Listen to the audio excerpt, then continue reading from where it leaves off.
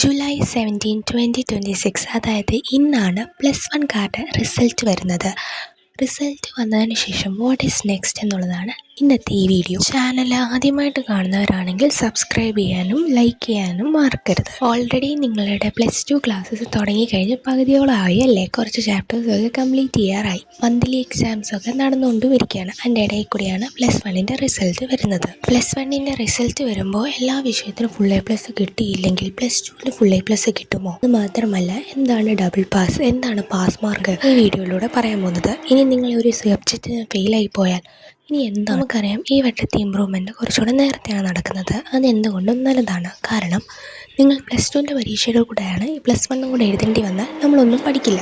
ഒരു സബ്ജക്റ്റിന് A+ പോയാലും നിങ്ങൾ +2ൽ A+ പോകില്ല. കാരണം നിങ്ങൾക്ക് ഒരു സബ്ജക്റ്റിന് 1ൽ A+ വേണമെങ്കിൽ 60-ൽ 52, 80-ൽ 70-ന് മുകളിലാണ് വേണ്ടത്. എന്നാൽ +2ൽ വരുമ്പോൾ 20 മാർക്കോളം പോയാലും നിങ്ങൾക്ക് A+ കിട്ടുന്നതാണ്. എന്താണ് ഡബിൾ പാസ് എന്ന് നോക്കാം. നിങ്ങൾക്ക് പാസ് മാർക്ക് വേണ്ടത് 18 അതിൽ കൂടുതലും വേണം.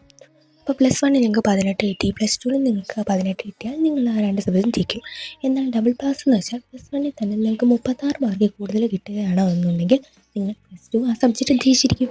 അതാണ് പാസ് മാർക്കും ഡബിൾ പാസും തമ്മിൽ ഉള്ള വ്യത്യാസവും. നിങ്ങൾ ഏതെങ്കിലും സബ്ജക്റ്റിന് ഫെയിലായി പോയാൽ ഡോണ്ട് വരി, നിങ്ങൾക്ക് ഇമ്പ്രൂവ്മെൻ്റ് ഉണ്ട്. ഇനി ഏത് സബ്ജക്റ്റിന് മാർക്ക് കുറഞ്ഞു പോയാലും അവിടെ എന്തുണ്ട്, റീവാലുവേഷൻ എന്ന് പറഞ്ഞ ഓപ്ഷൻ ഉണ്ട്. നിങ്ങൾക്ക് അത് രണ്ടും ചെയ്ത് നോക്കാവുന്നതാണ്.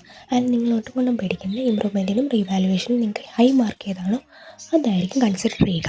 എൻ്റെ റിസൾട്ട് +1 റിസൾട്ട് വേണമെന്നുണ്ടെങ്കിൽ നിങ്ങൾ കമൻറ്റ് ചെയ്താൽ മതി. ഞാൻ ഡീറ്റെയിൽ വീഡിയോ ആയിട്ട് വരാം. എങ്ങനെയാണ് ഓരോ സബ്ജക്റ്റിനും നമ്മൾ അപ്രോച്ച് ചെയ്യേണ്ടതെന്നും എങ്ങനെ പഠിക്കണമെന്നും ഉള്ളതൊക്കെ ഞാൻ ഒരു വീഡിയോ ആയിട്ട് ചെയ്യാവുന്നതാണ്.